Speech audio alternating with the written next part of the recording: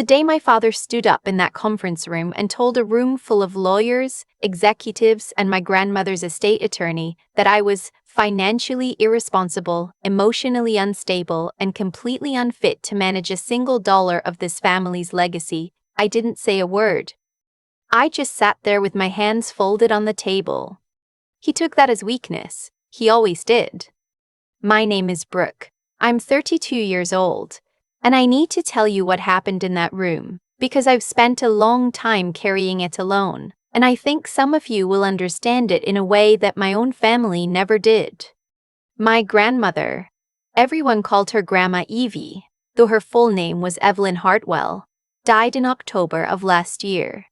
She left behind a 3-bedroom house in Scottsdale, a modest investment portfolio, a storage unit full of antique furniture, and a decision that would change everything.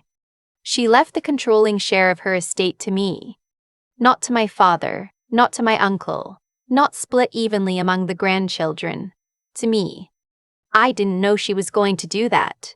I want to be clear about that, because my father's entire argument, the one he gave to anyone who would listen, including the estate attorney, his own lawyer, and eventually my grandmother's 2 oldest friends, was that I had manipulated a dying woman into changing her will, but I had swooped in during her final months, isolated her from the family, and convinced her to rewrite everything in my favor.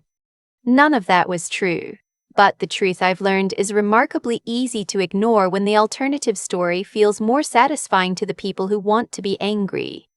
Let me tell you about my grandmother first because she deserves that. Grandma Evie was the kind of woman who kept a legal pad next to her reading chair and wrote down things she wanted to remember, not grocery lists. Observations. Things like, the way Brooke explains things, slowly, like she's making sure you're with her, reminds me of how my father used to teach. Or, called the bank today about the CD. Brooke walked me through it over the phone. Patient, didn't make me feel stupid. She showed me those pages once when I was visiting her in Scottsdale the summer before she got sick. I didn't think much of it then. I just thought she was being sweet. Those pages became evidence later, but I'm getting ahead of myself. My father is a man who's always believed that competence is a birthright, not something you earn. His name is Gerald, and for most of my life I watched him coast on the assumption that being the oldest son of Evelyn Hartwell meant something, that it conferred a kind of status that didn't need to be backed up by anything real. He ran a landscaping company for 11 years. It was profitable exactly twice. The rest of the time, my grandmother quietly covered the gaps. I didn't know the full extent of it until the will reading. My uncle, my father's younger brother, is named Philip. He's softer than my father, less confrontational, but he followed my father's lead the way he always had. The way younger brothers sometimes do when they never quite figured out how to stop. I have one cousin on that side. His name is Weston. We were close as kids. We haven't spoken in 8 months. When the estate attorney, a soft-spoken man named Mr. Faber, who had handled my grandmother's legal affairs for over 20 years, read the terms of the will at the formal meeting in January, the room went very quiet. My grandmother had left me 51% of the decision-making authority over her estate's assets, including the house and the investment portfolio. My father and uncle each received a share, but neither one had controlling say over how the assets were managed or distributed. There was also a specific clause, one that Mr. Faber read slowly, as if he knew it would need to sink in, that said any challenge to the will's terms would require documentation of undue influence, and that absent such documentation, the distribution stood as written. My father's face, when Mr. Faber finished reading, went through about 4 different expressions before settling on the one I recognized from childhood. The look that meant he had already decided what was true and was just waiting for everyone else to catch up. He said she didn't understand what she was signing. Mr. Faber looked at him over his glasses and said simply, "She understood completely, Gerald. I was present for every amendment." That should have been the end of it. It wasn't. For the next 6 weeks, my father called me 11 times. I know because I kept a log. Not because I'm paranoid, because I've known my father long enough to know that documentation matters. The calls started out as attempts to negotiate. Then, they became accusations. Then they stopped being about the will at all and started being about me. About every decision I'd made in the last decade that he disagreed with. Every time I hadn't done things his way. Every piece of evidence he'd been quietly collecting for years to support the conclusion that I was not to be trusted. I didn't yell back. I didn't argue.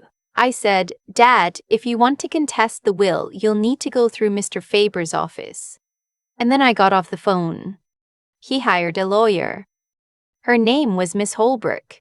She was sharp, fast-talking, and clearly comfortable making aggressive arguments with minimal evidence. She filed a formal challenge to the will in February, citing suspicious circumstances around the amendments my grandmother had made in the last 18 months of her life, the period during which I had, in fact, spent more time with her than I ever had before. What she didn't know, what my father apparently hadn't told her, or hadn't thought to mention, or hadn't known himself, was that I had documentation.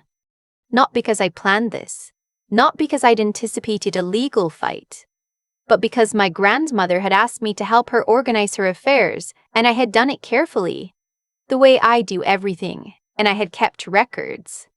I had emails, I had call logs, I had a folder saved to my hard drive and backed up twice, containing every conversation we'd had about her finances, her wishes, her concerns. I had the legal pad pages. She'd given them to me herself. The last time I saw her, tucked inside a card that said, "For when you need them." I think she knew. I think she knew exactly what was coming, and she spent her last 18 months making sure I wouldn't be left without a foundation. The formal mediation was scheduled for March. It was held in a conference room at Mr. Faber's office, a clean, neutral space with a long mahogany table and windows that looked out over a parking structure. Not glamorous. But it's where everything happened. My father arrived with Miss Holbrook and a banker's box of what I assumed were documents. My uncle sat beside him.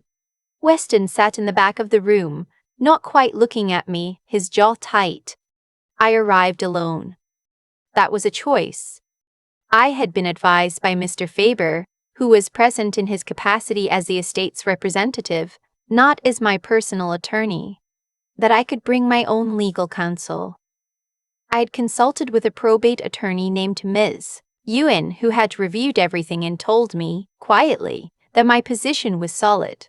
But I decided not to have her in the room. I wanted my father to see me standing in that space on my own, the way I'd been standing on my own for most of my adult life. And I wanted him to have to reckon with what that meant. Miss Holbrook opened. She was precise and confident. She laid out the argument that my grandmother had been in declining health during the period of the amendments, that I had been her primary caregiver during that time, and had therefore had disproportionate influence over her decisions, and that the changes to the will, specifically, the clause granting me majority control, were inconsistent with my grandmother's previously stated wishes. She said the word vulnerable 4 times in her opening. My father nodded along like a man watching his own biopic. Then she said something that surprised me. She said that I had, during my grandmother's final months, discouraged other family members from visiting. That I had, essentially, kept Grandma Evie to myself. I looked at my father when she said that. He didn't meet my eyes. I thought about the Thanksgiving he didn't come because of a football game. I thought about the birthday card my grandmother mentioned waiting for that never arrived. I thought about the phone call she told me about, the one where she'd tried to discuss her health with him and he'd changed the subject after 4 minutes. I didn't say any of that. Not yet. Mr. Faber's role in the mediation was limited. He was there to provide factual context about the will's execution, not to advocate. But there was a mediator present, a calm woman named Miss Roth, who had been managing the session with careful neutrality. When Miss Holbrook finished, Miss Roth looked at me and asked if I wanted to respond. I said yes. I opened the folder I had brought. I said, I'd like to start by addressing the claim about family visits. I put a printed calendar on the table, 12 months of my grandmother's schedule, reconstructed from her own notes, her email calendar, and the visitor log that the home health aid service had kept. 41 visits from me over 18 months. 7 from my father and uncle combined. The room got very quiet. Miss Holbrook looked at the calendar. She looked at my father. He shifted in his seat. I said, I was her caregiver because I showed up. That's the only reason. My father's composure cracked then. Not all at once, it never does with him. It started as a tightening around his mouth. Then he said in a voice that was trying very hard to stay measured, "You always had a way of making yourself seem indispensable. You've done it your whole life. You inserted yourself into her life the way you insert yourself into everything, uninvited." Miss Holbrook put her hand on his arm. He shook it off. "She was not herself," he said, louder now. "She was on medications. She was frightened and confused, and you took advantage of that. You've always been." He stopped, and I could see him making a choice, and then he made the wrong one. "You have always been the most calculating person in this family. The most difficult. I have been saying for years that you are not stable, that you are not to be trusted with anything important, and I am saying it again right now in front of everyone in this room." The room was silent. I didn't move. Ms. Roth, the mediator, said carefully, "Gerald, I need to ask you to." And that's when Ms. Holbrook did something I didn't expect. She opened the banker's box and pulled out a document and slid it across the table toward me. It was a psychiatric evaluation, or something formatted to look like one. It referenced my name, a date from 4 years ago, and language about emotional dysregulation and difficulty maintaining stable relationships. I looked at it for a long moment. Then I looked up at my father. I said, "Where did you get this?" He said, "It doesn't matter." I said, "It matters a great deal actually, because I have never had a psychiatric evaluation. Not 4 years ago, not ever. I'd like to know who produced this document." Miss Holbrook's expression shifted, just slightly. The way a person's face changes when they realize they may have been given bad information. I pulled out my phone and pulled up the contact for Ms. Yuen, my probate attorney, the one I hadn't brought to the room. I texted her 2 words, "Come in." She had been waiting in the lobby. My father's lawyer didn't know that. My father didn't know that. Ms. Yuen walked in 40 seconds later, set her bag on the table, and introduced herself. She was calm and unhurried and had the particular energy of someone who had seen this exact situation before and found it mildly interesting. She said, "I'd like to address the document that was just introduced." She looked at Ms. Holbrook. "I'm going to need to know the name of the evaluating clinician, the licensing board they're registered with, and the facility where this evaluation was conducted. Because my client has never undergone a psychiatric evaluation, and if this document is fabricated, we are now looking at something significantly more serious than a will contest." Ms. Holbrook looked at the document. She looked at my father. She said in a voice that had gone noticeably flatter, "Gerald, I need to speak with you outside." He said, "We don't need to." She said, "Now." They were outside for 11 minutes. I know because I was watching the clock on the wall.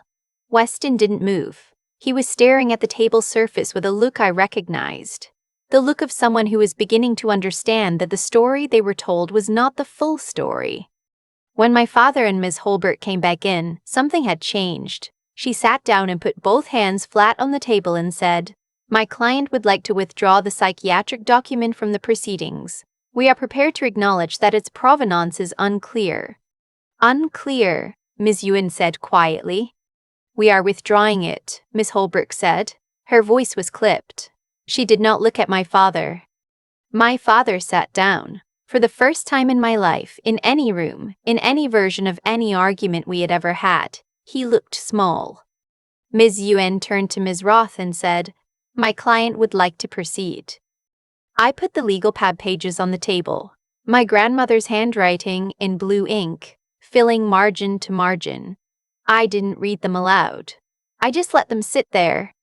I said, my grandmother knew exactly what she was doing. She documented her own reasoning. She trusted Mr. Faber to execute her wishes correctly, and she spent the last months of her life making sure that when this moment came, and she knew it would come, I would have everything I needed to stand here and tell the truth. I looked at my father. I said, "She loved you, Dad. She told me that too. But she knew what you would do with control over her estate. She'd watched you for 60 years. He didn't say anything. Miss Holbrook, to her credit, made a clean decision. She advised my father in professional and unambiguous terms that continuing the challenge without viable evidence and without the psychiatric document, which was now a liability rather than an asset, was not in his interest. She said that the documentation I had presented established a clear record of my grandmother's intent and her relationship with me. She said the fabricated evaluation, if pursued, could expose him to a fraud claim that would be far more damaging than losing the will contest. My father sat across from me for a long moment. Then he said, "I want you to know that I will never forgive you for this." I said, "I know." He stood up. He buttoned his jacket. He said to Mr. Faber, without looking at me, "Send me whatever paperwork needs to be signed." He walked out. My uncle followed him quietly the way he always had. Weston lingered at the door. He looked at me and I could see him working through something that was going to take him a long time to finish working through. He said, "She gave you the pages herself." I said, "The last time I saw her, she said she wanted me to have them." He nodded very slowly, then he left. Ms. Ewan waited until the room was clear before she said anything. Then she said, "You handled that well." I said, "I had a good teacher." I meant my grandmother. The estate was settled in May. The house in Scottsdale sold in June. I used my share of the proceeds to pay off my student loans and put the rest into an investment account. Something boring and stable and mine. My grandmother would have approved. She believed in boring and stable. She used to say that the most important financial decisions are the ones nobody sees you make. I think about her a lot when I make decisions now. My father has not contacted me since the mediation. I don't know if he ever will. There's a version of me, the one who spent most of her 20s trying to understand what she did wrong to deserve his particular brand of disappointment, who still waits for a phone call that probably isn't coming. I won't pretend that version of me is entirely gone. But there's a newer version, the one who sat at that table and didn't flinch, and she's getting louder. Weston texted me in July, just 2 words, "I'm sorry." I texted back, "I know. We're not close yet, but we're talking." My grandmother used to say that the people who love you quietly are the ones who love you most. She wasn't a loud woman. She didn't make speeches. She just kept a legal pad next to her reading chair and wrote down the things she wanted to remember. She remembered me. And when the moment came, so did everything she left behind. There's a moment I keep coming back to, not the one where my father's lawyer withdrew the document. Not even the one where Mr. Faber read my grandmother's words aloud in that quiet conference room. The moment I keep coming back to is smaller than that. It's my grandmother at her reading chair, pressing a card into my hands, saying, "For when you need them." She wasn't dramatic about it. She didn't explain. She just knew. I think about what it takes to do that. To see clearly enough and far enough ahead that you spend your final months building a foundation for someone else to stand on. That's not luck. That's not accident. That's a kind of quiet integrity that most people never develop, because developing it requires you to care more about what's right than about what's comfortable. My grandmother had that. I've been trying to figure out if I do too. What I know is this: the way things unfolded in that conference room was not random. My father spent years making choices, small ones mostly, not showing up, changing the subject, taking without asking. Each one seemed minor in isolation, but choices compound. They build a record even when no one is keeping score. And eventually, the record speaks for itself. That's not punishment from some outside force. That's just the arithmetic of how a life adds up. I kept my records because I'm careful, not because I was planning a defense. But I've realized those two things aren't as different as I used to think. Being careful. about how you treat people, about what you document, about whether your actions match your words. That's not paranoia. That's integrity in practice. It's doing the right thing even when no one is watching, and trusting that the truth has a way of becoming visible when it matters most. The hardest part of that day wasn't facing my father. It was staying calm enough to be useful to myself. Every time he said something designed to unsettle me, calculating, unstable, unfit, there was a version of me that wanted to react, to defend, to prove something loudly. I've spent years working on not being that version. Not because anger is wrong, but because clarity is more powerful. You cannot think clearly when you are performing your own justification for an audience. You have to know what you know, hold it steadily, and wait. That's something I'm still learning. I don't have it mastered. But I think Grandma Evie had it mastered, and I think she tried to teach it to me by example for 32 years before I was ready to really see it. Weston texted me "I'm sorry" in July. 2 words. I've thought about them more than I expected to. Because I think what he was really saying was, I saw what happened and I understand now. That matters to me. Not because I need him to take my side, but because I think there's something worth saving there. A relationship that can only rebuild on honest ground, and is therefore worth rebuilding slowly. My grandmother believed in slow, honest things. Boring and stable, she used to say. I think she meant more than just finances. I'm starting to understand what she meant.